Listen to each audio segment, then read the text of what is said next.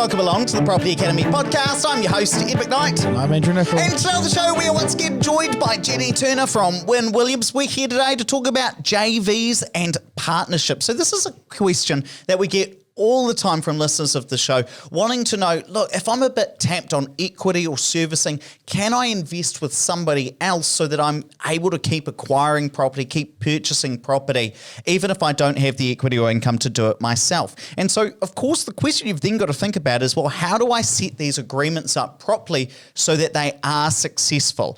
So the first question I have for you, Jenny, is what sort of people typically come to you looking to form some sort of JV or partnership agreement so that they're able to invest together? Is it people with one property or 10 properties? Or, give us a sense of who's coming and talking about these things.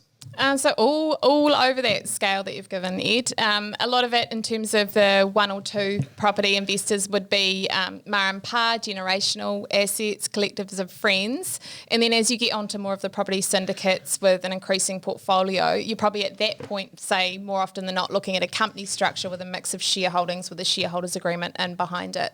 But I wouldn't say that the property volume dictates the structure. It's more the market. People can't afford it to do it themselves alone, but in terms of the capital gain and the output, it's still a good investment option. It's just that it has to be some form of shared ownership because of the inputs that you've identified.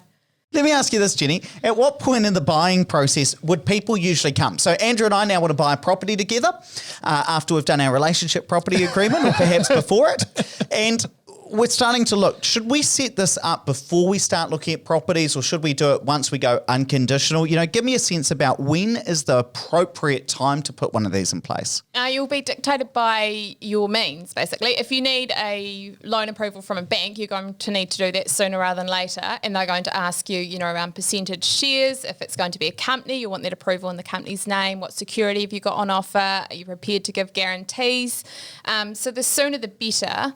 And then generally what I find is often if they aren't signed at the time that you're signing up your loan and mortgage documents with your lawyer, they're forgotten about. So everything ticks along, the investment's doing well, it's all smooth until someone wants out or someone's personal circumstances have changed and they need out, and then you revert back to that draft that never got signed. So start talking about it early with a view to getting it done and all signed up so that you can then move on, forget about lawyers, and hopefully the investment starts taking care of itself. And tell me, because this is always my favourite question, what do one of these cost? It would really depend. If you were a company buying with a shareholders agreement, totally different situation to, say, a property shareholding where you've got a trust involved or, 3 parties, 4 parties doing something. So can't answer that off the cuff, sorry. And so, Jenny, would you use the same structure for multiple properties? Do you buy in different entities, different companies, different trusts? Do you have any general advice there? I think for most people it's setting up a structure that works for the parties that are going to be sharing the ownership and sticking with it because of that structuring cost that I've just mentioned. You want to do it once and do it well. Catalysts for changes might be if someone has a whole lot of capital they want to inject and therefore their shareholding and their interest increases. Or there's an introduction of another party. That might be a need to revisit things. And so say Ed and I go into this and as what can be expected, Ed's burnt through most of his cash on Disney Plus and I've got most of the deposit. How would you normally structure a difference in deposits and contributions maybe going forward? What would be a normal way of wording that into an agreement so that in the event of us winding up our investments, I get my fair share? So if you move away from the shareholders agreement, because I've mentioned that a couple of times now, come to, say, a property sharing agreement where you'd have a measure of each party's inputs. And it might be the case that you get your input out, perhaps with a CPI adjustment, and then there'll be your costs are all shared or paid for, and then a look to pulling out your equity in those respective shares, if that's how you want to do it. And so it could be that I take on 2/3 of it and Ed takes on 1/3 in terms of the deposit, but we split the profits 50-50 because we've been topping up the property equally, or it could be that we divide the profits as per our input at the start, right? That's right, yeah. Okay. It really comes down to what you want to do. The other point I'd say is around the input piece is often you'll have someone that wants to be a silent person and someone that wants to manage the project, run the run the project. So you need to make a decision quite early on whether that's actually a capital input or whether there's going to be a mechanism for paying for those services, because the last thing you want is that to be unclear and it to create resentment or someone feel like they're always down at the project or the property managing it because they've got the skill set to do it. The point is that they need to be rewarded, whether that's the long game with the capital out or an income in the time that they're actually providing that service to the joint venture or the shared ownership group. And let me ask you this as well. What are some of the things when they're putting together a JV agreement that people need to think about? One key thing, for instance, that I'd love to get your comment on is Bright Line. With the extension of Bright Line now out to 10 years for an existing property, that's a long time to hold a property. And then if I'm buying it with Andrew and then he needs to sell it for some reason, a change in property or change in circumstances, then if we actually sell that property within those 10 years, we could be subject to quite a lot of tax. But at the same time, I might not have the ability to buy them out. That's right. And so if you're going to market, you need to think about those decisions. So more often there'll be an exit mechanism. So one party gives notice to the other saying, I'm out, and then there'll be a time frame and a clock that starts ticking, because the last thing you want is that process to drag on and the person can't exit because there's no agreed way to do that. So generally give notice, say that I want out, and at that point you'd be looking for a valuation mechanism. So you go and get a valuation. If you can't agree, you go and try again. One party appoints their own valuer if that's the outcome.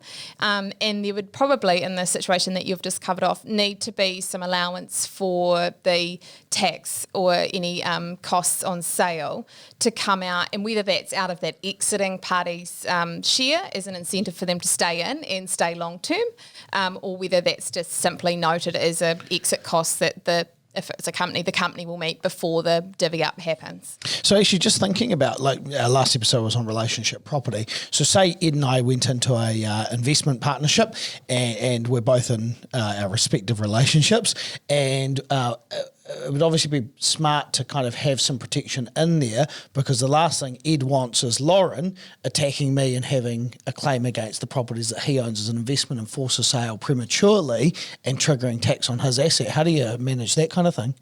Well, there's the relationship property piece, so acknowledging that it's your separate property. But if your relationship property agreement is such that when it comes to separation time, you need to come up with some cash, then you're probably going to have to prioritise how you're going to do that and turn up to the table with the money that you need. And then I think the flow on from that is considering how it applies in that shared ownership agreement, and whether whether it is just if one relationship goes bang, that asset's sold, but that you'd have a very, I think, accommodating business partner if that was the case. And I think that's where you do have to be very certain, or as certain as you can be, when you get into a partnership with someone where you're not life partners, so you might be on different financial journeys, that you do have a pretty clear indication that you're both going to want to exit at a similar time, because it can seriously impact on the amount of profits you take out selling early because one party wants to exit. If in that case Ed said, no, look, I don't want to sell, I'm happy to buy you out. Obviously, if we go to market, you lose things like agents' fees and potentially Bright Line tax would fall into the calculations. Would it be normal for those to be accounted for? So Ed might pay me out my 50%, but he might discount it because of the fact that he's going to have to sell it at a later date on and pay agents' fees on 100% of it. It would really be what you agree. In terms of if you moved away from, say, a company where that bright line tax that we keep referring to, if the outcome was that property had to get sold, is a company tax that's payable, and pull through to, say, joint ownership where it's taxable in the parties' hands under their personal tax rates, then it really is going to depend, I think, on what you agree and how you want to approach that. But if you know that it's a long hold going into it, then it might be that you're happy to negotiate, I guess penalise the exiting party if that's the case. Or ultimately you'd be hoping that you can buy out, so you've got that continuity of ownership. Well, in that case, they're not really being penalised, because they're just getting the same amount of money they'd otherwise get if they did force a sale. And it's interesting, a couple of episodes ago, we asked you guys what your biggest mistake in property was. And I got a great text from Brendan. He said, Brendan here, spending my weekend like I normally do at the Reno, listening to you guys as I work. My biggest mistake was selling up all after a divorce. Should have bought her out, rebuilding my assets now with a new partner. So one of the things that you might think about, even though it might be quite scary when a partnership comes to an end, is continuing to buy out those assets from that partner and continue on holding, assuming that they're still the right fit for your portfolio and those assets are there fit for purpose. I realise that can be quite scary if you've got to then raise the debt in order to be able to purchase that, buy that person out, but it may be the right long-term decision for some people listening to the show if that's what you end up going through. Now, walk us through as well, what are some of the clauses that you would not sign a JV off on? So you're representing Andrew now. What are some of the clauses that have to be in there? You're not going to sign off that JV agreement until these clauses are in there. So the method of valuation that I've just spoken to, you would not be putting pen to paper without that in there. An exit mechanism, again, really important. You don't just give notice and sit around and waiting. You want to compel the exit. You want to make it happen. If one wants out, you want out. And the other point, ironically, that follows on from two of those things is a dispute resolution clause. So where do you go when you just are at loggerheads and can't make any traction? And arbitration probably not what you want to be. Costly, dispute resolution, are you heading towards a mediator to start with after you've tried to negotiate and then escalating things through the court? Obviously, the disputes will have different values on them, so that you need a dispute resolution clause that's fit for purpose. You're not going to go and head off to the High Court if you just can't agree on whether you've actually paid your share of the rates that month or whatever. You'd be straight there. Well, what's a mediator going to do, though, Jenny? What happens there? Talk to us about this. Yeah, I think there's a valid point, Ed, because often if you've actually actively engaged in negotiation on a good faith basis and tried, then a mediator will get you to the table, but probably isn't going to get you there. It might be not giving justice to their skill set. It might not get you there if you haven't been able to get there yourselves. So, but I do think if you haven't negotiated, then that's one way of at least bringing people to the table to start that process. So in a small partnership like Ed and I in an investment partnership, what would you normally do in the event of Ed injuring himself at work and not being able to make a decision? Do then I have full control or does someone else stand in as a proxy? So again, really good clause to have in the agreement. You sign something up, you don't anticipate being hurt, injured. You obviously think that you're going to be able to make your decision. So I think it would be really important that you would have a decision maker in there for you if you couldn't do it. So Ed, that might be if it was personal property, a power of attorney for you, someone that can step in and make decisions under that agreement. In the case of directors or if you're travelling, maybe that will happen again one day. You might have an alternate that can jump into your space and make decisions for you. And let me ask you this, Jenny. Let's get back into those horror stories. Ooh. Walk us through some horror stories. What are some of the bad things that happen when people don't set this up correctly? And I'm sure, Andrew, you'll jump in with a few as well.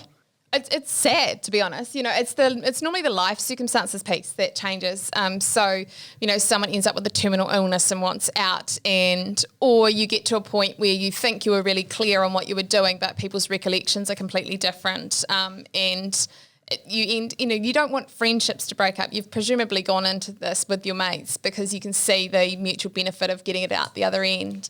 The other point is on those flip projects where it takes too long and it's normally financial strain or burden on the parties that really brings everything to a head. Yeah, I've got some close friends who were friends for 40 years and they're no longer speaking to each other because they went in on a JV. One person fronted everything, took out the loan in his name. The project ran, I think, about 9 months over and about $200,000 or something like that. And so, yeah, they're no longer friends.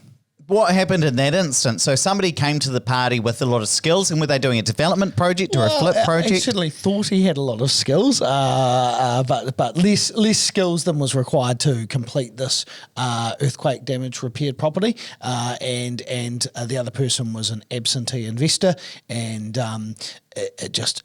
there was lack of communication between the two of them, and they both were frustrated with each other, both at fault, but unfortunately now the friendship is gone. And presumably in that instance, the person bringing the money to the table wanted the other partner to do the work, but also if there were any financial losses, pay half of them. And I Absolutely. guess the other person didn't want that. No, he said, no, it's your fault. You didn't pay bills on time. Yeah, it was a cluster F is the technical term.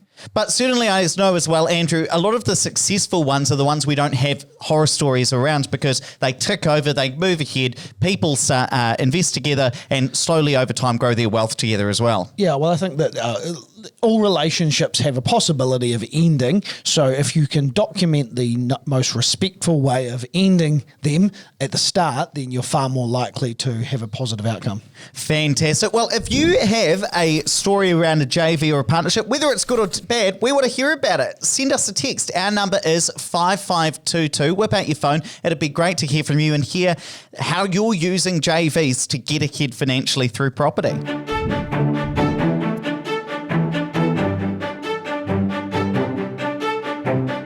Thanks for listening to the Property Academy podcast. I'm your host, Ed McKnight. I'm Andrew Nichols. I'm going to be back again tomorrow with even more daily strategies, tactics and insights to help you get the most out of the New Zealand property market. Until next time.